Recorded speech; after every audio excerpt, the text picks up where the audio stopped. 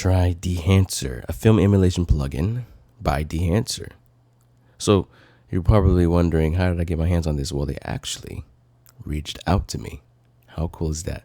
A small YouTuber. I mean, I was not expecting to get reached out to by anybody, let alone I just upload videos with like no context. It's just the title. I'm just a very simple guy, but they reached out and they're interested in me testing out their product just to give my thoughts on it.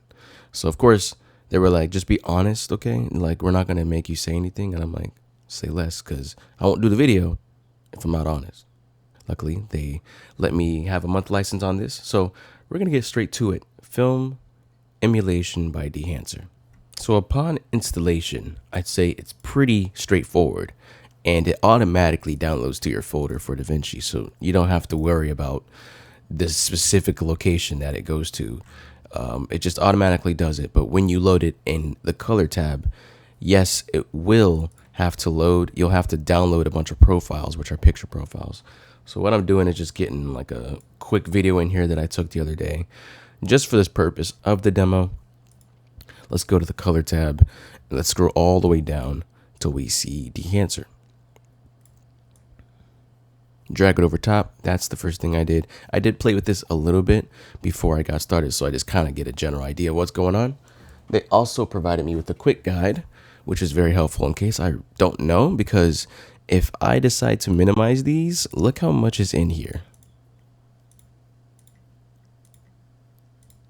Yep, it just keeps going. It just keeps going. So there is a lot to uncover. I probably won't go through every one of these, but of course I'll just skim through a couple, and whatever I don't know, I'll probably end up looking through the quick guide. So starting from the top, first thing I see is source, and this is, what it's already in. They recommend that you use this in the last part of your node. Like if you have a node tree going on, this should be the last thing in your node, Dehancer. For me, I don't have anything, so I'm just going to choose my camera, which is kind of cool. They give you that option. And I shoot on an S52X. S52 is good enough. And right from the bat, you already get these sliders that you can mess with. Very convenient. I like how they keep it simple. It's just to set the tone for what the video might be if it's already too bright or too dark. So let me fast forward into a part. Since I turned this for this demo, I wanted to just kind of see how it reacts with the light and the skin tones. And as soon as you load the plugin onto the node, this happens. Like, let's just say Rec 709, it's already doing something to the image. Now for me personally, I kind of wish they didn't do this, because I feel like I have to go through the settings to find what was on to turn it off and readjust it, but I kind of got used to it, so not really knocking them for that, but I thought that was just something I should bring up. So putting it in the correct log for this, just gonna adjust this, and maybe some temperature wise, let's go a little bit warm. There's some other things here, like I don't know, defringe. Some of this stuff I might end up looking at the quick guide, but let's just skim through some of this stuff real quick. I'm just gonna highlight some of the things that I like the most. Profiles. This is what you have to download before you start using this. So this is basically all your profiles for film.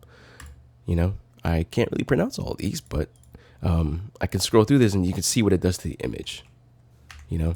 So whatever look you're trying to go for, or whatever look that you're, trying to replicate, I'm pretty sure they have you covered, because they have a lot of these. I heard over 60. I'm not sure if that's true. I think over 60. But yeah, there's plenty to choose from, all your popular film stocks. So very cool. Let's settle on something. I kind of like this. I kind of like the almost bluish, kind of darkish kind of look to it. And right from the bat, you can actually push or pull how much you want it to be. Very nice of them to do that. Film developer, very nice if you want to add your image some more pop.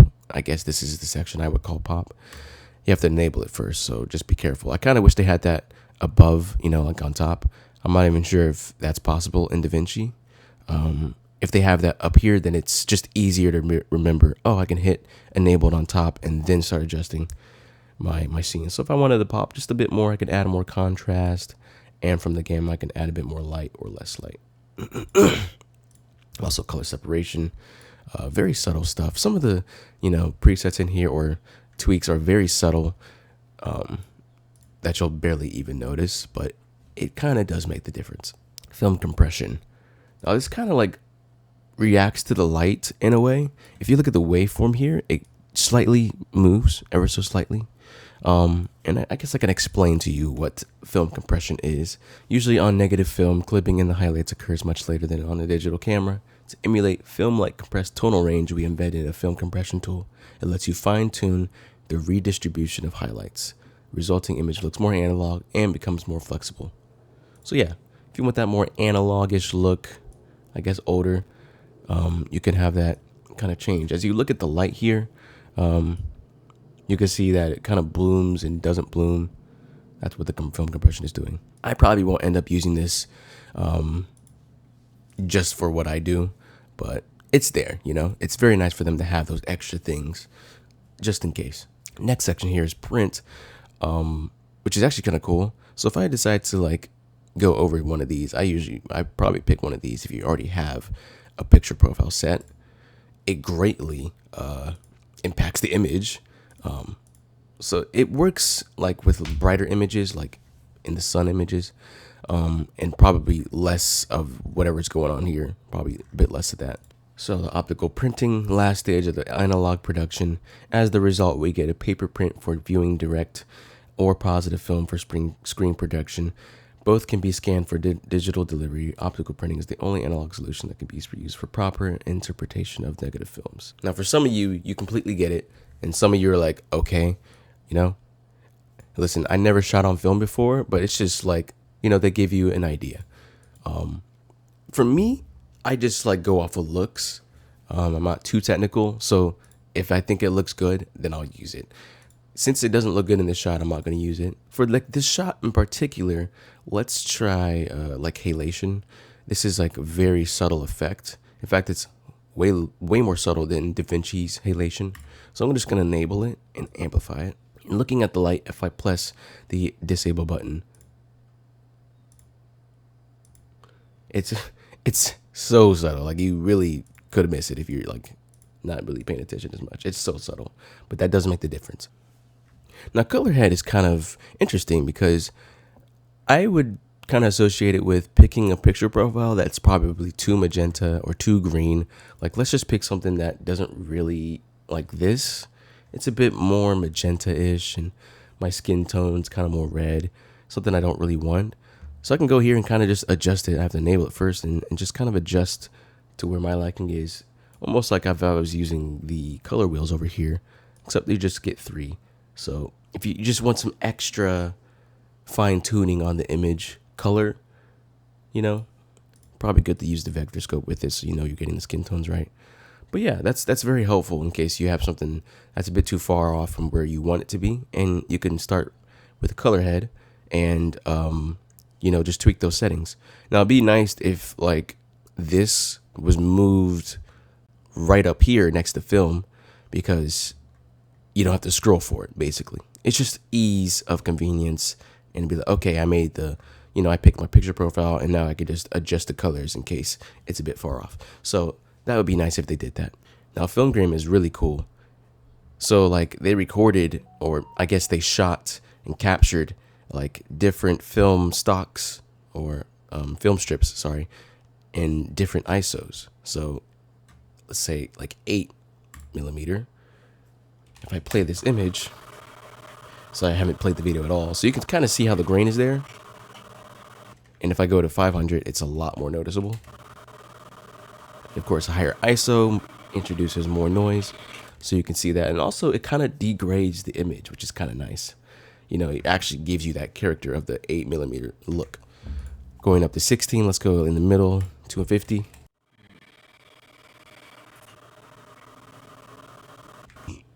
$335, excuse me. I'm gonna shine the light in my face.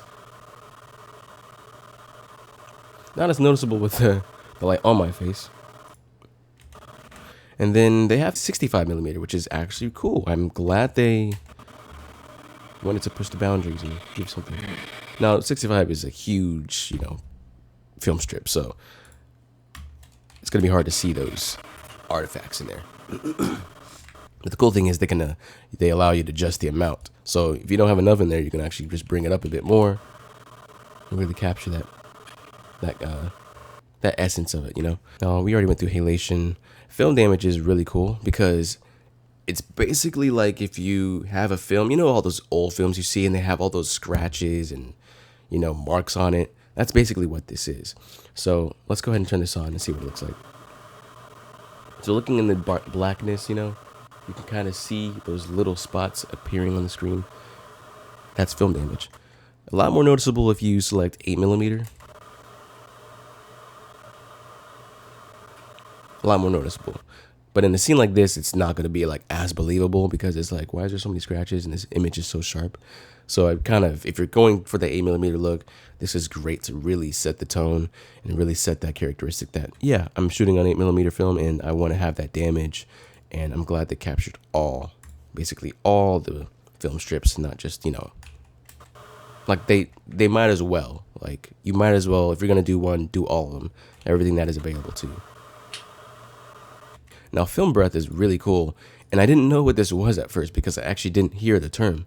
So there's a setting in DaVinci Resolve, like there's like something in the library here. It's called flickering, and when you're looking at a film and it's kind of like almost flickering, this is basically what it is. So it's very subtle in this one I picked. Let's go back a little bit. You see how the image is flickering a bit, like it's running through like a projector? That's kind of what you're getting here. So they actually did a really good job of capturing that. 8mm, of course, more analog look. I'm gonna go ahead and select a different footage just so I don't get kind of bored of this one. Let's continue where we were. Of course, I'm gonna have to reselect everything. And there's a cool feature at the very end which I can show you guys that is very helpful for when you want to save something. Okay, so far we have a pretty filmic look. Let's select a different profile real quick.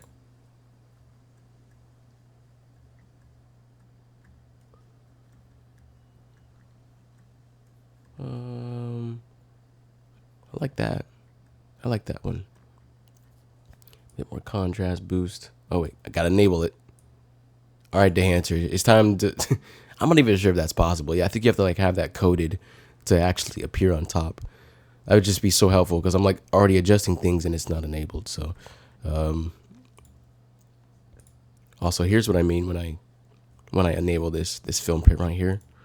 As you can see, it greatly it makes the image look more of a cinematic film look, more contrast, more pop, But I'm gonna take that off just for now, and we're gonna give this like a 16. No, let's go for a 35mm look. So we're gonna turn this on, turn on film breath. Gate weave is just kind of like when it crops. I don't know much about gate weave, but I know that it just crops into the image a bit. So I won't be using that, but I guess if you have a purpose for that, definitely use that. Now, overscan is really cool. It's like basically when you're scanning a film and you're overscanning, you're scanning the entire thing, and it's showing the outsides of this. So, you've probably seen this before. So when it's playing, you can see kind of as it's rolling through film. Kind of selling the people like, oh, it really has that film look. It's not like it's already film enough, right? But it really has that film look. It has that characteristic. It has that vibe. Like they captured everyone. 8mm. Literally, I'm pointing at. That's funny that I'm pointing at it. They got 16, Super 16. I mean, they nailed everyone. Ultra 16, 35, widescreen, and Panavision. And the cool thing is you can actually go in here and really adjust the way these look on the outside. So if I want more exposure, as you can see, it really brings up that exposure. You can scale. Yeah, you can just do whatever you want. I love that they made this very customizable. Lens zoom, you can actually capture the whole thing. Very nice of them if you want to know. Capture the whole image instead of just having it cropped in. Make sure it's in the right, quality before you export it. I shot this at 4K, C4K on the Lumix. And also, when you're using a lot of this stuff, it does take a heavy toll on your GPU. So if you have a good GPU, I have like a 3060 Ti. I mean, that's okay. That's pretty decent. But yeah, I mean, you're gonna have to let your video run a couple times until it gets pretty smooth. And running this over this does, take a little bit of a toll on your GPU. So just be aware of that. It won't be all, smooth as butter sometimes. Vignetting. I don't use vignetting as much because I have lenses that literally do that itself. But it's cool to have that just in case, the whole image is already, not vignetting. So I probably won't be using it as much. This lens I shot on is a Siligor or Siglor. I can't remember how it's spelled. 28mm, and that's my most recent purchase of the lens. Very cheap, actually. I got it for like what? Man, I got it really cheap. I think it was like $30. Like, I don't even know how I got that deal, but I really like the way the lens looks. It already has that characteristic to it, and with the Dehancer Pro, it really adds more of that look to it. So, also, another smart thing they added was monitoring. So like you can check your exposure right then and there. Just hit this button and then check it, if it's in exposure, which should be the gray line. Then yeah, you can actually go back up and adjust your sliders in case, it's too far up or too far down, too overexposed or underexposed.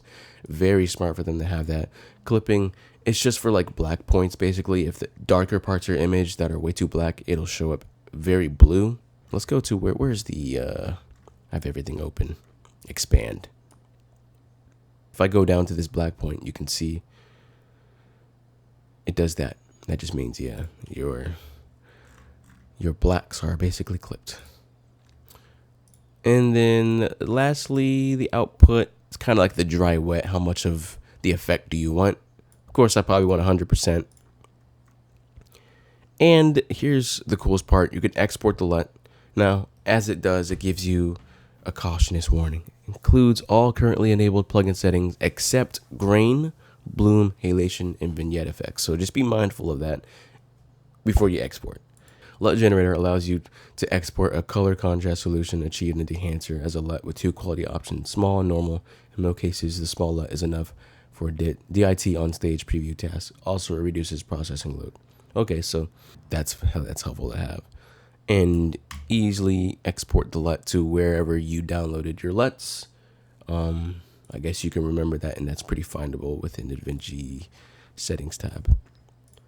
And then just options, just extra stuff, normal quality, high quality. Yeah, you have a lot of things at your disposal, a lot of settings you can tweak at your fingertips. I'm glad they, not only did they have all this stuff easy to use, but it's also right here in this quick guide in case. And what I usually do is I just Control F and type in something that is on the screen, like, oh, what is color head, and I just go over here, type in color head, and then it should just pop up.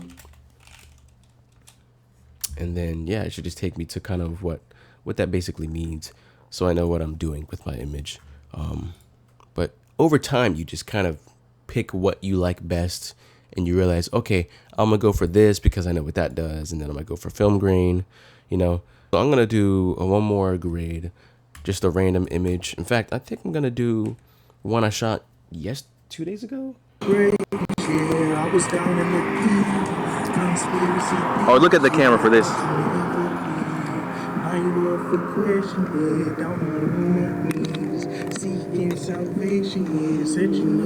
So pretty simple shot. We just kind of took our reflector with me. My sister, she was holding the reflector. I'm like, just angle it to his face. Use a silver size so it's not too warm. And I was shooting on a 35mm, my Nikkor. Of course, the resistance on that is literally nothing. So it was hard just getting the focus to pull right. I mean, even setting up a focus pull wouldn't have worked because where the focus is being pulled, which you can move it, is at the very edge of the lens. And that's what bothers me. So I can't ever, I can't really perfectly do it. I have to like literally fine tune it with my hand. So let's kind of go for, let's do like a 16mm vintage look. Let's go a little bit warmer. Let's go to the film. See, if this was disabled, then I'd be like, okay, cool. Now I know where we're starting, and then if I hit it, then I just know. I'm debating whether I should go warm or a nice cool tone look. And I'm thinking maybe a warmish green look. Like this looks kind of nice. I kind of like that. I'm gonna keep scrolling, and one thing about a lot of these presets is, oh, I like this one. I'm gonna keep this. There's so many that you're scrolling through a bunch and you're like having a hard time picking. But eventually you'll find one and it'll be like, okay, I think I'm gonna trust this one. So usually it works itself out in the end. A little bit of a contrast boost. Slightly bring the I'm still waiting to see it. I've been fighting these demons, yeah. Okay, so let's find a shot where he's like in focus. I think this will do. Expand. I'm not gonna really do too much. Let's see what this does to the image. Whoa, okay, so it definitely makes the image pop a lot more.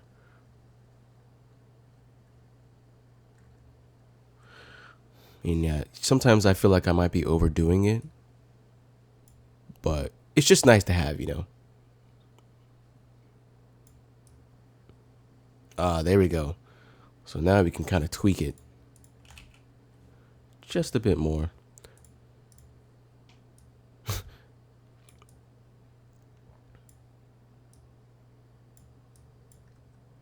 All right, color add, film grain, of course. Let's go 60 millimeter. I think I shot this at 640 ISO. 640 with the ND, yeah. Halation, sure. Oops. I'm like going too fast here. Oh, there it is. Now you can see it. You see how the halation is kind of just glossing over his skin. Bloom, I probably won't do that. Film damage, sure. 16. Film breath, sure, but not as much. Yeah,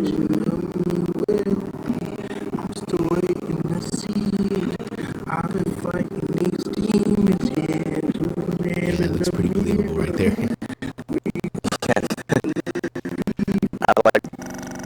I kind of like the way the sun really, like, I just love that, how the sun flares into the shot.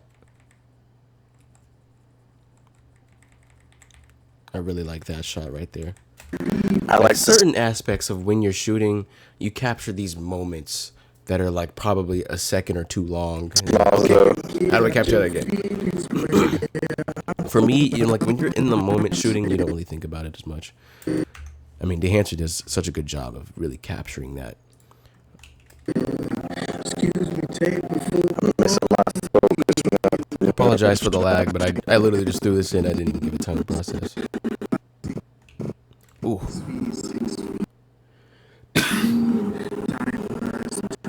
So you could really kind of, yeah, you could really get away with like, I shot this on film, guys. I'm like, wait, what, you did? Yeah. No. But it doesn't matter. Like, Dehancer does such a good job. Even selling it more right here.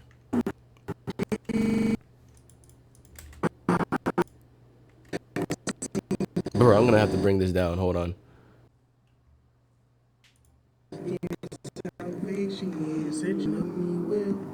I'm still waiting to see it. I've been fighting these demons, yeah. So I just realized it wasn't from generating the optimized media. It's from how much I enabled on this. So even with that, it is still a bit laggy. But it depends on your GPU. When you install it, just be careful of what you install. I installed the open CUDA version and not the other one, because I have a NVIDIA GPU, so that's what I installed, the CUDA. Because if I turn it off, nothing. So, but yeah, here it is, the 16 millimeter.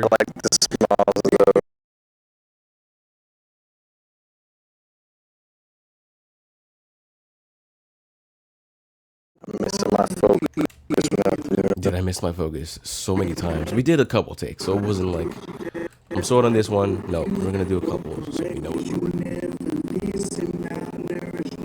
You can see the reflector on the side. We might end up putting this on social media, of course.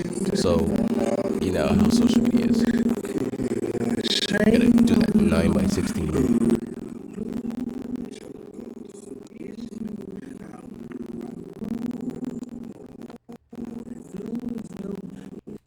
Zoom.